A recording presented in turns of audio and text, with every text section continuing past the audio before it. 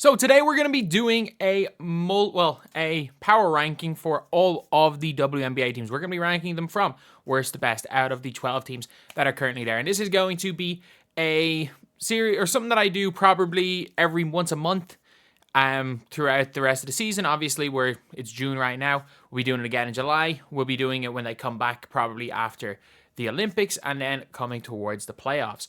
So that is what we're going to be doing. And this is all just how they are right now and how they have been looking in the last couple of weeks. Before we get on to it though, if you guys are new to the channel, subscribe. We're trying to hit 10,000 subscribers by the end of the month, and if we could somehow get to if we could somehow hit 8.4k by the end of the day, that would be absolutely insane. Even 8.3k is unbelievable. We're still well on track to doing that, which is nuts for me, absolutely nuts. But anyway, for me, the worst team right now in the WNBA is the Dallas Wings. If you look at the Dallas Wings roster, they've been good in other years, and if you want to look at their roster, you've got some good players there. As great as Arike is, Arike's out here averaging 24.9 points per game. The big problem is that they have Satu Sabali, who's not played this year. You can see here, it says here limited by injuries in 2022. She was an All-Star in 2021. She was also an All-Star in 2023. So, why is it? Wow, this has not been updated. But she's an all-star level player. And then as far as their rookies class goes, JC Sheldon has not performed as was expected. Especially because they probably passed up on an Aaliyah Edwards and a Angel Reese because Sabali was there. Uzun, I'm not entirely sure how to pronounce her name. She's a rookie as well. She's playing a lot of minutes. And this team is very weak. They've 3 wins, one of which being against the Sparks, another of which being against the Sky, who turned out to be very weak. And yeah, this was a team that was expecting me better as well, especially with Lou as well. Lou was coming over she was their 5th pick in last year's draft. They were expecting her to come in and make an impact. She hasn't done so far. But this is, in my opinion, right now the worst team in the WNBA. They have the 2nd worst record, but the difference is that these are on a bad streak, whereas the Mystics have outperformed their record throughout the year anyway. Then the 2nd worst team, in my opinion, the Chicago Sky. The number 11 team is the Sky, who are on a 5-game losing streak. You have to take into account just the roster construction. You've got Diamond Shields is meant to be a borderline star. She was a former All-Star and is averaging 6 points a game. She's struggling. No ifs, ands, or buts about it. She's struggling. Kennedy Carter has been probably the best bench player in the league. Cardoso and Angel Reese are doing their job. Marina Mabry's having the best season of her career. However, there's a big issue with the Chicago Sky, and it's that they don't have their draft pick. The worse they are, the better it is for the Wings. Because of the trade that sent Mabry to Chicago, they do not have their draft pick this year. So people are saying, the Chicago's need a tank. They need to get Paige Beckers. They can't. They do not have the pick. So this trade to get Marina Mabry, as good as Mabry's been, could end up being, if they somehow end up with the 1st pick in the draft and it goes to Dallas, could be one of the worst trades in a long time, especially when next year is a draft where outside of Paige, we'll see more in college, but it's not looking like there's anything too crazy outside of that number 1 overall pick. I'm looking through the 1st round in mock drafts, and it's I think there's, what's her name? McCown's pretty good. There's a forward, but there's 3, 5, 6 guards projected to go in the 1st round next year. It is not as good a draft as this year. And I just think they don't have the talent. I don't think they have the talent. I think you've got players that are going to work hard. Elizabeth Williams tearing her meniscus is not good. It's really not good. And I think they're going to really struggle for a bit. And they also haven't had the hardest start to the year, and they're still 4-9. Then we got the Mystics as the 3rd worst team. The reason why I have the Mystics over the Sky is that even though the Sky are drawing teams close, the Mystics, I just feel like they're going to be better because the Mystics are injuries away from being a good team. There's a reason why the Mystics were good last year. Shakira Austin, I don't think she's played this year, has she? Has she played this year? She hasn't played this since the 31st of May. I know they weren't doing great when she was playing, but look, she's averaging 11.7 points a game. She's been out injured. Obviously, Ariel Atkins has been exceptional this year. She just is exceptional in general. And then who else has been? Sykes is injured as well. She's been injured most of the year. She's played, I think, 1 game, is it? 1, 2 games? 3 games all season.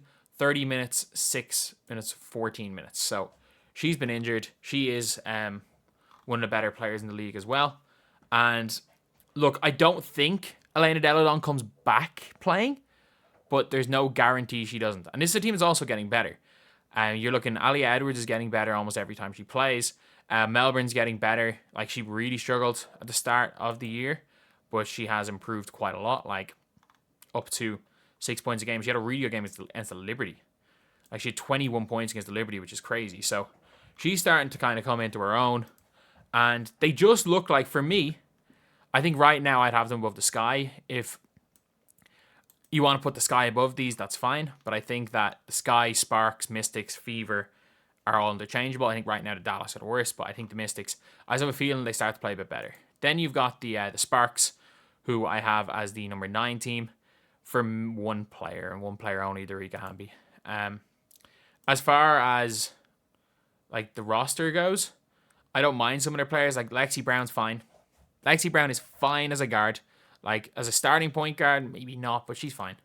Cameron Brink has the best PR in the world. She should not be in this Rookie of the Year conversation, but she's been pretty good. Like, if you look at Cameron Brink, she'll have an exceptional game, a bad game, a great or a decent game. Like, she's been incredibly inconsistent throughout the year, and that's fine. Like, she's a rookie. Like, she's a rookie, you can't expect much more, but she's one of the better defenders in the league. She's going to be one of the better players in the league. Rakia Jackson has had a very solid rookie season. Like, the last few games, you can see 16, 19, 3, 16. A little bit of inconsistencies, but she's now gotten into become a starter, being one of the better forwards in the WNBA. But the more turnovers than assists, steals, and blocks combined is a little bit of an issue with her. And then, obviously, like, Kia Nurse can shoot the ball. You've got Yuru, who's a great bench big. She's huge. But Hamby is probably the most improved player, averaging 19 points per game. Cooled off a little bit the last few games, but she's also one of the better rebounders in the league, averaging 11.1. Like, she's walking 20 and 10 with nearly 4 assists. One of the best, like, 6th woman of the year back to back. I think she was an all-star, if I'm not mistaken. All-star 21-22, yeah. She was an all-star for 2 years with the Aces, but obviously got pregnant. The Aces froze her out, and she is now the star for the Sparks. But I have them as the 9th best team. 8th, I have Indiana, just because, like, they've won 4 and 6. And Indiana, in a lot of games, get murdered by the good teams. The good teams have tended to destroy the Fever. And I don't know, that's not the end of the world. Your ability to, like, they've won almost every close game. They lost a couple at the start of the year. But as the year went on, against every bad team, they have won every close game. The only bad team they've lost to was the Sparks once. They beat the Dream, who I have ranked ahead of them. They beat the Dream. They beat the Sky twice. They beat the Mystics. So, and they beat the Sparks once. That one loss against the Sparks, where it only happened because, what's her name, Chrissy Side sacked Caitlin Clark for like 4 minutes and they went on a big run. But this is a team that has unlimited potential. It's just, they really, really need Temi to come back. Like, it's so important for Temi to come back, and Temi to come back soon. Like, is Dantas even there? I know she's injured, but, like, is she even with the team?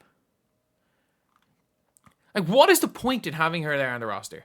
And also, I'm sorry, like, if you're going to refuse to play anyone in their positions, what is the point of keeping a roster spot for Saxton? Like, she was a 3rd round pick 2 years ago. Maybe a good locker room person.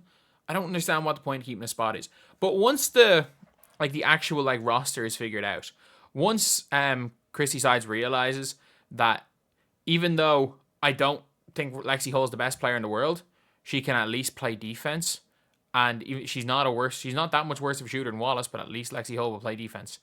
Like, Lexi Hull, I mean, I can't believe she was the 6th pick in the draft. Must have been not a great draft.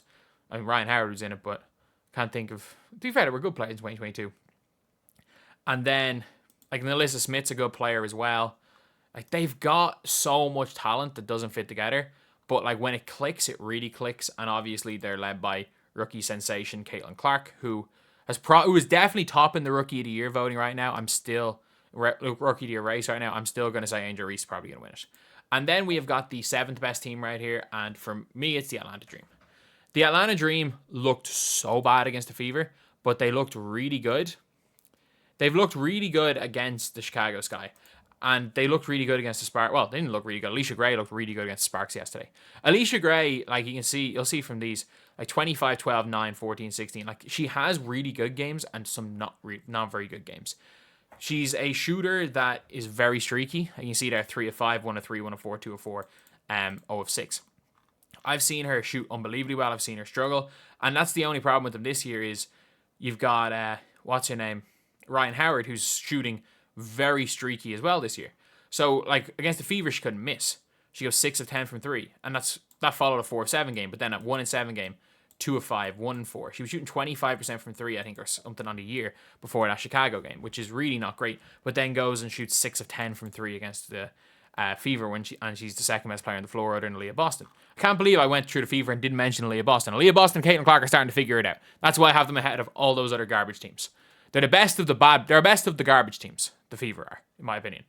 But with the Dream, Tina Charles destroyed the Chicago Sky. Like she's averaging 12.5 points a game. She destroyed the Sky, but looked unplayably bad against the Fever. Like she's had some really good games, and then looked unplayably bad in some games. Like 2 points against the Fever, 22, 12, 20. Like she's an older player. 36, 2010 first round pick or first overall pick. She's a vet. Obviously, they've got some other good, nice players as well. Like Parker Tyus is playing quite well. Anytime I've seen her play, Ariel Powers is great off the bench. So this is not a bad team. This is like, there are like terror categories. There are, in my opinion, the 5 garbage teams were the first 5 teams I talked about, with, in my opinion, the Fever being the best of the garbage teams. Then there is the Dream, who I will call mediocre. And then there are the contenders. I think everyone above this are contenders. And I'm going to put the Seattle Storm in as the 6th best team. So the Storm they've got a squad. They've really got a squad. Like, you can't say a team with Skylar Diggins-Smith, Mag Bagor, Neko Wumake, and Jewel Lloyd are not contenders. Like, their 5th starter being Vivian's, like, Vivian's is not particularly good. Like, she's fine. She's absolutely fine. I don't know what way the salary cap goes, but would be a nice player if she was still on the Fever this year. But, like, Magbagor is one of the better shot blockers and rebounders in the league, averaging nearly 13 and 10. You've got Jewel Lloyd, who's one of the best guards in the league, period, as far as, like, off guards go. You've got Neko Wumake, who's one of the best players in the league, averaging 17 and 8. And you've got Skylar Diggins-Smith, who is coming back from maternity leave. And as bad as she was to start the season, you can see her last couple of games, she's starting to play better. She really is. So she's somebody that, if Diana Taurasi didn't hate her, I think she probably would be on the Team USA above, well, not even above Taurasi. They're not going to take anything off for Taurasi. But, like, if Chelsea Gray gets injured, she would be the first replacement. I think she would have been the first replacement if Taurasi didn't hate her. So at number 5, for the 5th best team, I'm going to go with the Aces. Like, they got Jessica Carter. They got rid of Emma Cannon, who didn't really play much at all. They they really go where their big 3 goes. And they don't have much else. Like, they have a big 4. And that's the only thing I will say is that, like, they have a big 4. But the problem is that one of the big 4 is not playing right now. Like, Chelsea Gray is currently injured. Nobody knows what's wrong with her. She was one of the best guards in the league last year. She might have been the best point guard in the league. But, like, if you're looking at the rest of this team, you know, Kelsey Plum averaging close to 20 a game. You've got Jackie Young, like averaging 6 assists and 18 points a game. Like, really, really good. Aja Wilson, statistically, is having maybe the best season ever in this league. They're 6 and 6. As far as their bench goes, since they brought in Tiffany Hayes, she's been looking decent, but the team doesn't look great when she's on the floor. Kate Martin is a glue player. Like, she's doing her job. She's fine. Megan Gustafson is, again, fine. She's a fine bench player. But, like, Alicia Clark is quite old. Like, born in 1987. Like, what does that make it? That makes her 37 in a few weeks. which is quite old. Jessica Carter, who obviously was drafted. I'm surprised that they got rid of. Well, she's 6'5", so she's a center. Fair enough, they didn't need a center. So I was like, they got rid of, what was her name? What was her name? They drafted somebody that was, or Daisha Fair. They cut her. So to be fair, not a similar player to Jessica Carter, but it's gonna be interesting to see how she gets on. But yeah, this is a team where if it all clicks, ranking them at number 5 is crazy, but they've just been so bad for the last month. So I got to put them here. At number 4, I got the Minnesota Lynx, who have probably the MVP on the team. Nafisa Collier right now is probably going to be the MVP. He's averaging 20. Like, as great as Asia Wilson's stats are, she's still averaging 22, 10, and her team's winning a lot more games. Like, it is what it is. Like, she put up 30. She put up 30 on the Sparks. Is regularly putting up 25 a game. She can shoot. She can do a bit of everything. And her team just has been better. Record-wise, her team's been better. So I think she's probably my favorite for the MVP. Is she the best player in the league? No, that's Asia Wilson. But MVP doesn't always go to best player in the league. Team record has to be taken into account. And if the Aces only win 23, 24, 25 games, and we're looking at a team, or a Lynx team winning over 30, then you're going to start to see, like, okay, maybe we go to Collier. But right now, my favorite for MVP. Number 3 is the Mercury. You might be like, the Mercury's record isn't that good. Yeah, but Brittany Griner is on a mission. Like, Brittany Griner, since coming back into this team, has changed everything. Like, averaging 22 points a game. Averaging 22 and 8. How many shots she blocked? Probably close to 2 blocks a game. She's averaging 22 and 8. And you add her to a team who, as bad as they were last season, you've got Natasha Cloud, who's a really good point guard. She's averaging 10 and 7.5. One of the better point guards in the WNBA. You got Rebecca Allen, who is a very solid, like, 4th or 5th option on the floor. You've got Kalia Copper, who's one of the best scorers in the league. Like, Kalia Copper is in that MVP conversation this year, especially with the team being better, averaging 24 points a game, and is regularly putting up 30 on teams. Like, that 34-point game against the Lynx, one of the more impressive games I've seen. And then Taurasi's still fine. Like, Taurasi's grand. Like, is she great? No, she's fine. 17 points, 5 rebounds, 2 assists. She's fine. She has some good games. She has some bad games. She's 42 years old at the end of the day. But, like, you've got that. And then you've got, like, Sophie Cunningham's not a bad player either for the team. Like, 8 points, 4.5 rebounds, 2 assists. Like, they've got bodies. And you've got maybe the best big 2 in the league. I'm not going to lie. The way Brittany Griner's been playing this year, she's looking like the best, not big, not named Asia Wilson league. Like, actually, to be fair, probably the best center in the league. She's been looking like the best center in the league since she come back. So, without question, this Phoenix Mercury team are, like, they're dangerous. They're very dangerous. Regardless of the record, with Brittany Griner back, with how well she's playing, it's going to be tough to beat them. But at number 2, I'm going to go to Connecticut Sun. I think they're really good. They're the best record in the WNBA right now. Dewana Bonner at 34 years old. Or sorry, at 37 years old. My bad. When is she 37? August. So she'll be 37 by the end of the season. She's having one of her better years in a good while. She's a guaranteed all-star. If she, like it says here, Auburn/USA, I'm pretty sure she's, like, naturalized for Bosnia, I think. If she wasn't naturalized for a different country, she would be, without question, playing. I need to see where she is naturalized. Dewana Bonner is naturalized for Macedonia. Sorry, not Bosnia. I think Jonquel Jones is Bosnia. But she would be without question on that Team USA, averaging nearly 18, 6 boards. Dejanay Carrington's been the best perimeter defender in the league this year, and also averaging nearly 13 a game, 4.5 rebounds, 2 assists per game. Like, this, she could well be an all-star. Should she be an all-star? Maybe, maybe not. She could well be an all-star. You got Bree Jones, who probably will be an all-star. Could end up getting into that Olympic team if somebody drops out. A really good big for the Sun, and a, without question, like, in that conversation for being an all-star.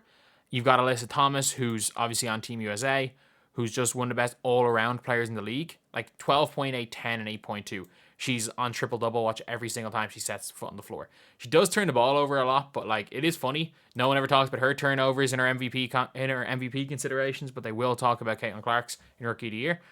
But she does everything. She does absolutely everything for this team. They're a really good defensive team.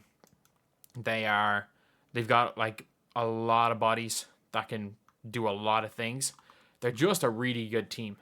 But for me, I just think talent-wise, I'm going for the New York Liberty is the best. I just think they have too much. I think as far as their players are concerned, they just have got too much. Too much talent. Their team fits. Like, this is a team where now, like, Jonquel Jones is playing like MVP Jonquel Jones again. Like, she's somebody that is going to be in that dark horse conversation for MVP. She's going to be in that conversation if this team's really good. Sabrina Ionescu is shooting the lights out. She's been really good this year. Like, again, only 17.6 points, but no one on this team's averaging over 20. You got Ionescu shooting the lights out. Breanna Steward has been a bit inconsistent with her overall scoring, but she's been fine. In general this year, she's been good. Like, averaging 18 and 10. Like, some games she's going to struggle. Other games she's going to look like the best player in the league. So, she's been really good. You've also got, like, obviously, Marquisha Davis isn't playing much. Like, Fibic, as far as rookies are concerned, is coming in and hitting some shots occasionally. You've also got Lainey Hamilton, who's one of the better defenders in the league.